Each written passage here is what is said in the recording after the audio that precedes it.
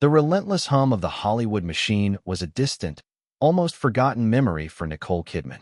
Her life, for all its public-facing glamour, had become a carefully constructed series of private, purposeful actions. The world saw her in designer gowns on red carpets, her face a familiar canvas of composure and grace. They didn't see her in a small, windowless office in a nondescript building in Malibu, her gaze fixed on a laptop screen that displayed not a script, but a map of the world, dotted with red markers. Each red marker represented a place of unspeakable suffering. A brick factory in rural India, a fishing vessel in Southeast Asia, a gold mine in a forgotten corner of Africa. These were the echoes of a hidden world, a global network of child labor and modern-day slavery that she had become obsessed with dismantling. Her obsession wasn't born of a sudden crisis of conscience. It was a slow-burning fire, ignited by a documentary she had watched years ago and fanned by a quiet, determined rage. Her foundation, officially a philanthropic effort focused on environmental conservation and arts education, was a clever front. Its true purpose was a clandestine operation, financed almost entirely by her own fortune and run by a small, fiercely loyal team.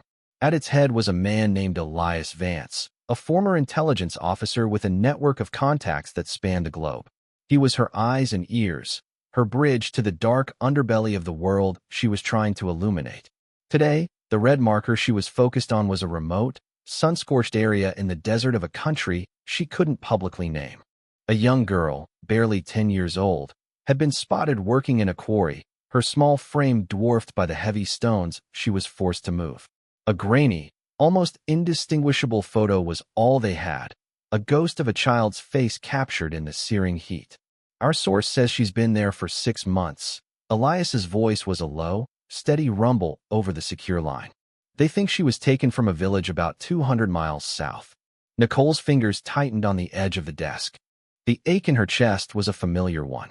It was the weight of a world she couldn't fix all at once, the crushing reality of knowing there were thousands of children like this girl.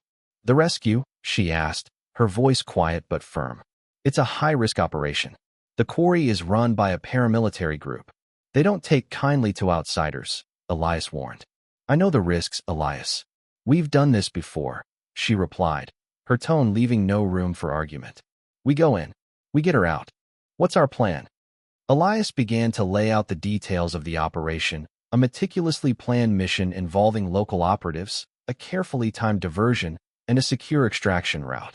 As he spoke, Nicole's mind drifted, not for the first time, to the other part of her double life. The part that was public, but no less meaningful to her. Just a few hundred miles from her Malibu office, on a sprawling, fire-scarred property in the Australian outback, was the other half of her great little rescue operation. The Koala Sanctuary.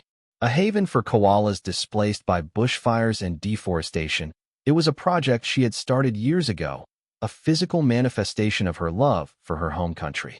The sanctuary, with its team of dedicated vets and conservationists, was a source of great pride. It was her public good, her shield, and her private joy. She had purchased the land after a particularly devastating season of bushfires, a tract of scorched earth that seemed to hold no promise. But she saw a canvas for renewal, a place where a new kind of life could flourish. She had poured millions into restoring the land, planting eucalyptus trees, and building state-of-the-art facilities for the injured marsupials. It was a visible, tangible act of healing, a stark contrast to the shadowy, often invisible work of rescuing children. As Elias finished his briefing, the two worlds collided in her mind. The image of the small, terrified girl in the quarry and the gentle, sleepy face of a koala clinging to a sapling. One was a desperate fight for survival, a race against time and evil. The other was a patient, hopeful act of rebuilding, a testament to the resilience of nature. "We have to make this work, Elias," she said, her voice filled with a steely resolve. "No matter the cost." "We will, Nicole," he replied, his tone reassuring. "We always do." The call ended, and Nicole leaned back in her chair, the weight of her 2 lives settling over her. She was an actress, a mother, a wife. And she was a rescuer, a silent warrior fighting battles no one knew about. It was a lonely, often terrifying existence. but it was also the most meaningful part of who she had become. The great little rescue operation had begun, and she knew, with a certainty that settled deep in her bones, that she would see it through to the end. The Australian sun beat down on the parched earth of the sanctuary, a stark contrast to the sterile, air-conditioned calm of Nicole's office. Here, the air hummed with the gentle buzz of insects and the rustling of eucalyptus leaves. It was a sound that had always soothed her, a tangible connection to the land she loved. Today, that sound was mixed with the anxious, soft chirps of a koala joey. Nicole was on a video call, her face a mask of concern as she watched the sanctuary's lead vet, a compassionate woman named Dr. Evelyn Reed, carefully tend to a tiny, orphan koala. The joey, no bigger than a teacup, had been found clinging to its deceased mother, a victim of a hit-and-run on a nearby highway. The little creature was dehydrated and terrified. "He's got a few scrapes, but nothing serious." Evelyn's voice was gentle, a stark contrast to the grim reality of the little animal's situation. "He's just in shock. We've named him Finn." Nicole felt a familiar pang in her heart. This was her public-facing work, the visible good she did. It was real, it was important, and it was a world away from the shadows where Elias Vance and his team were operating. Yet, in her mind, the two worlds were inextricably linked. The vulnerability of Finn, the little joey, mirrored the helplessness of the young girl in the quarry. Both were victims of a world that, in its indifference, had failed them. "Keep me updated on his progress, Evelyn," Nicole said, her voice soft. "And tell the team to spare no expense. We'll get him through this." As the call ended, her phone buzzed with an encrypted message from Elias. The rescue operation was underway. The message was a simple, code-worded confirmation. "The falcon has left the nest." Nicole's hands, which had been so steady and gentle just moments before, now trembled slightly. The falcon was the code name for their lead operative on the ground, a woman named Zara, a former Special Forces soldier with a knack for operating in impossible situations. The nest was the quarry. The high-risk, high-stakes mission to extract the 10-year-old girl was in motion. She moved to her second monitor, a secure feed showing a series of satellite images. The resolution was low, and the feed was delayed, but she could make out the general layout of the quarry. The rough, dusty paths, the heavy machinery, and the small, dark figures moving like ants in the distance. The girl's specific location was unknown, but Zara's team had a general idea of where the child laborers were kept. The plan was a diversionary attack on a nearby, smaller paramilitary outpost, timed to draw away the guards from the quarry. Once the quarry was vulnerable, Zara and her small team would slip in, locate the girl, and get her out. It was a risky strategy, and 1,000 things could go wrong. Nicole's mind raced. What if the diversion failed? What if Zara's team was spotted? What if they couldn't find the girl in time? Her carefully constructed composure began to fray at the edges. She had poured so much of herself into this, not just her money, but her hope. She had seen the faces of the children they had rescued before, their terrified, vacant eyes slowly regaining a flicker of light. That flicker was the fuel that drove her. She closed her eyes, picturing Finn the joey, held safely in Evelyn's arms. She imagined the small, frightened girl, now with a new name, a new life, finally able to rest without fear. She held onto those images, a lifeline in the swirling storm of her anxiety. Hours passed, each one stretching into an eternity. Nicole didn't eat or drink, her focus absolute. She simply watched the screen, a silent prayer forming in her heart. Then, a new message flashed across her phone. A different code word. "The star is in the sky." Nicole let out a breath she hadn't realized she'd been holding. The star was the girl. The sky was the extraction vehicle. The message meant she was safe. She was out. A wave of relief, so profound it brought tears to her eyes, washed over her. The ache in her chest, which had been a constant presence for so long, finally began to recede. Another child was safe. Another life had been reclaimed from the darkness. She picked up the phone to call Elias, her voice thick with emotion. "She's out," she said, her voice barely a whisper. "Thank God." As she spoke, her phone buzzed with a notification from the sanctuary. A new video message from Evelyn. Nicole opened it, her heart still pounding with the adrenaline of the rescue. The video showed Finn, the little joey, now wide awake and clinging to a soft, stuffed toy koala. He was tiny and vulnerable, but he was alive. And in his small, determined gaze, Nicole saw a flicker of hope. She knew then, with absolute certainty, that the work she did, in both worlds, was worth every risk, every sleepless night. The great little rescue operation had triumphed again, proving that hope, no matter how small, could fly on the silent wings of determination. The rescue of the young girl, whom they now knew was named Layla, was a success. She was safe in a protected facility, receiving medical care and counseling. The details of her escape were a testament to the bravery of Zara and her team. They had navigated the hostile terrain, a place where a wrong step could mean death, and managed to get Layla out with no casualties. It was a victory, but a quiet one, celebrated only by a handful of people in a secure office thousands of miles away. Nicole, watching a secure video call of Layla's first meal in safety, a simple bowl of rice and vegetables, felt a surge of emotion. The girl's eyes, once vacant and filled with a despair that belied her age, now held a flicker of curiosity.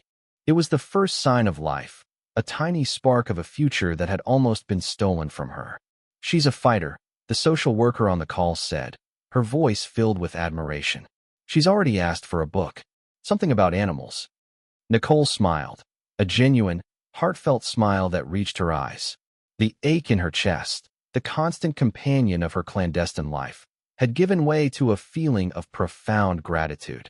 This was the result of their work, the reason she risked everything.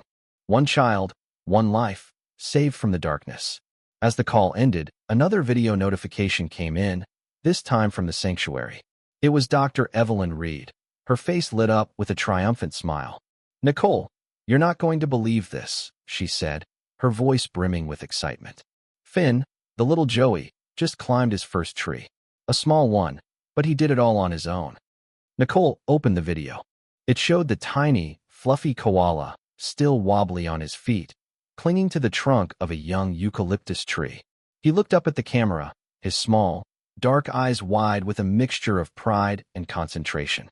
It was a small, simple act, but to Nicole, it was a profound symbol of resilience. Finn was healing, just like Layla. Both of them, in their own ways, were climbing their first trees.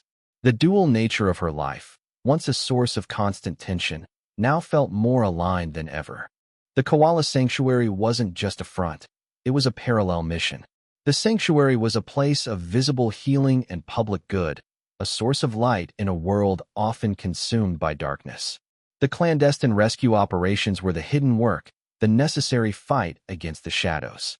Both were about saving the vulnerable, about giving new life to those who had been hurt.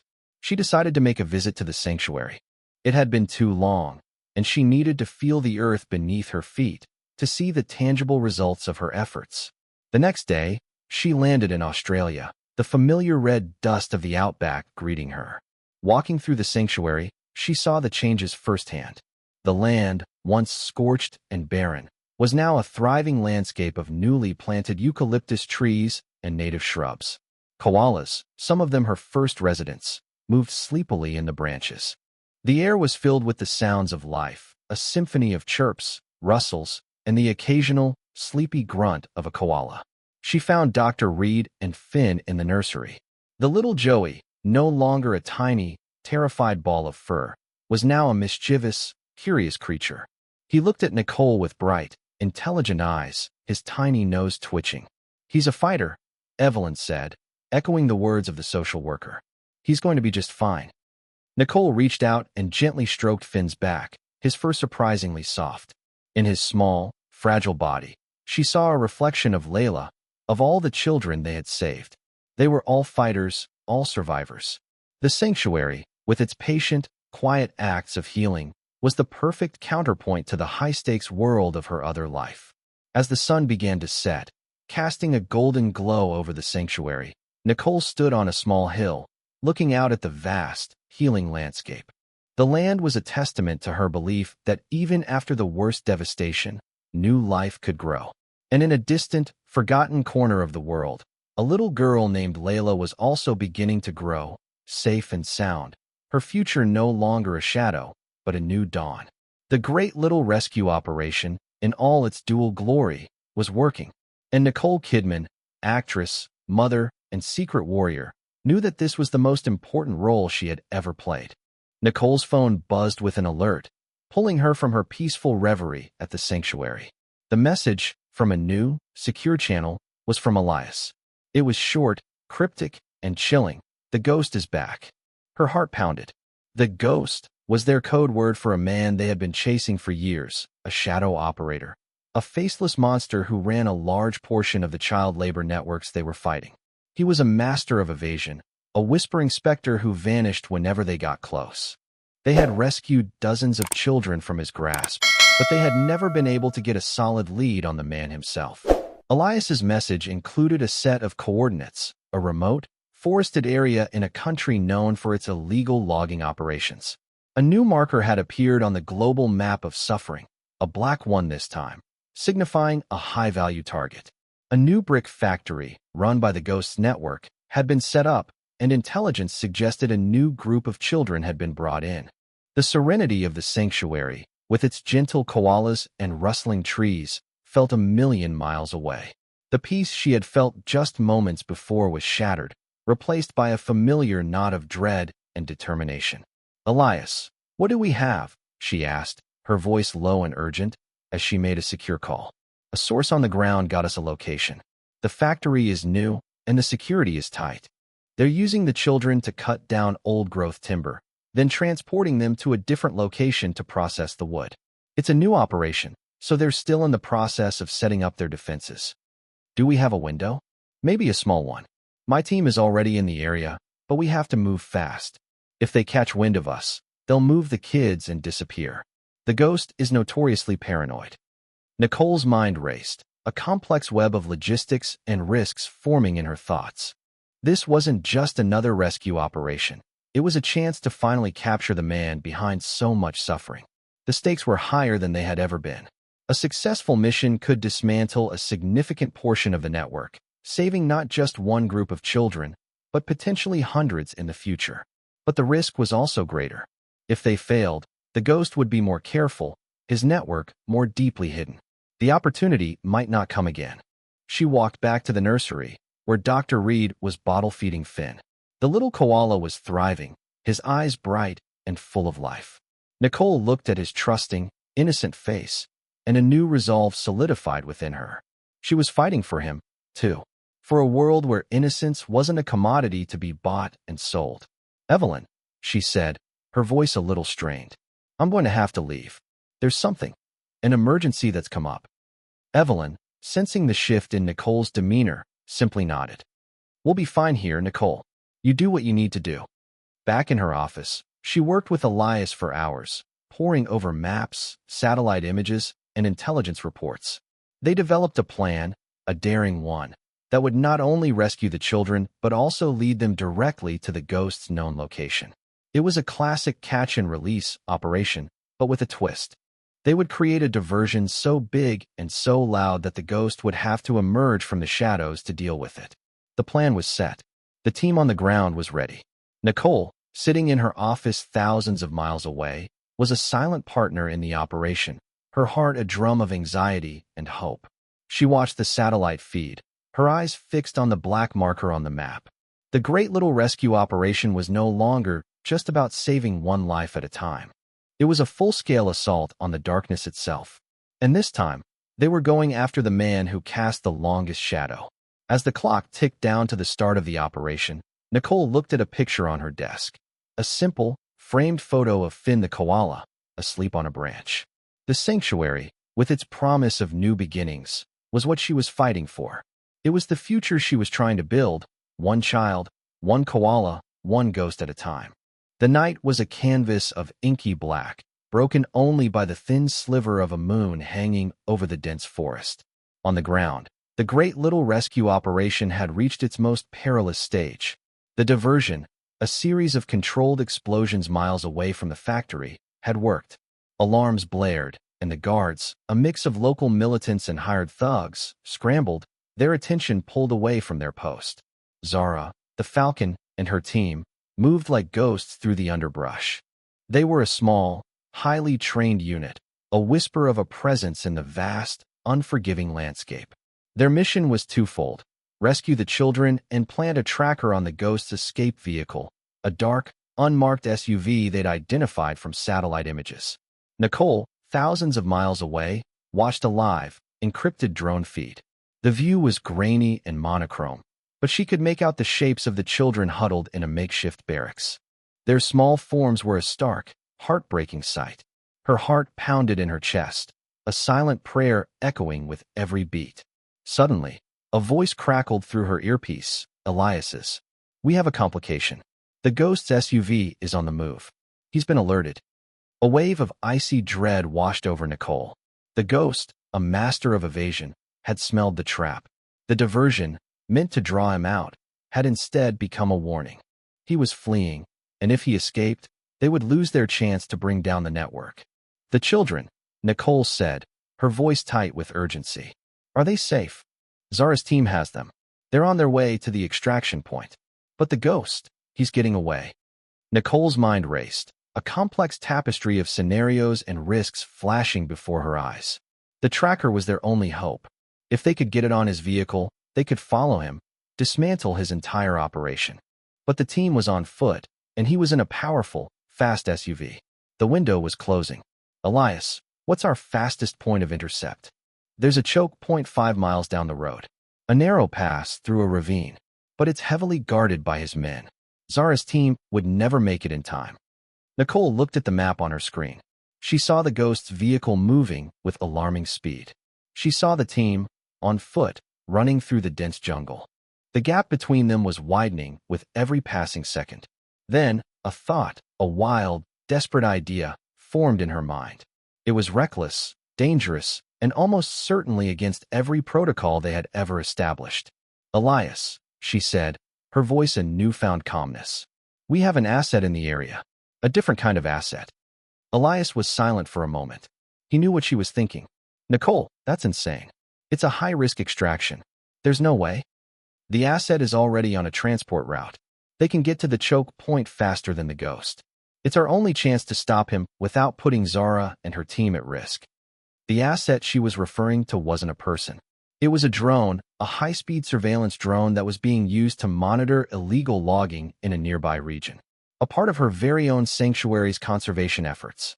The drone, sleek and silent, was her final, desperate hope. "Can we reroute the drone?" "Yes, but it's a small window. We'd have to fly low and fast. It's a risk. It could be shot down." "It's a risk we have to take," Nicole said, her voice a steel-hard command. "Give me control." She took over the drone's controls, her fingers flying over the console. She was an actress, not a drone pilot, but she had spent hours practicing with these machines, using them to monitor koala habitats and forest fires. Now, she was using her knowledge for a different kind of rescue. She guided the drone, a silent bird of prey, through the night sky. It was a delicate dance, a high-stakes game of cat and mouse in the dark. She flew low, beneath the radar of the ghost's men, skimming the tops of the trees, a ghost herself in the digital world. As the ghost's SUV approached the choke point, Nicole brought the drone in. She saw the guards on the ground, their weapons raised. But their eyes were on the road, not the sky. With a deep breath, she initiated the payload release. Not a weapon, but a small, powerful GPS tracker, designed to attach itself magnetically to a metal surface. The drone swooped down, a silent shadow in the night. The tracker detached, and with a soft thud, it attached itself to the undercarriage of the ghost's SUV. A green light flashed on her screen, a silent, powerful confirmation. The tracker was live. The ghost was marked. "He's tracked, Elias," Nicole said, her voice thick with relief. "He's all ours." As the SUV sped away into the night, unaware of the small, silent bug attached to its belly, Nicole leaned back in her chair. The unraveling had begun. They had a lead, a trail of breadcrumbs that would lead them to the heart of the network. The great little rescue operation, fueled by the hope of saving one little girl, had now become a full-scale assault on the ghost himself. The game was on. The tracker was their lifeline.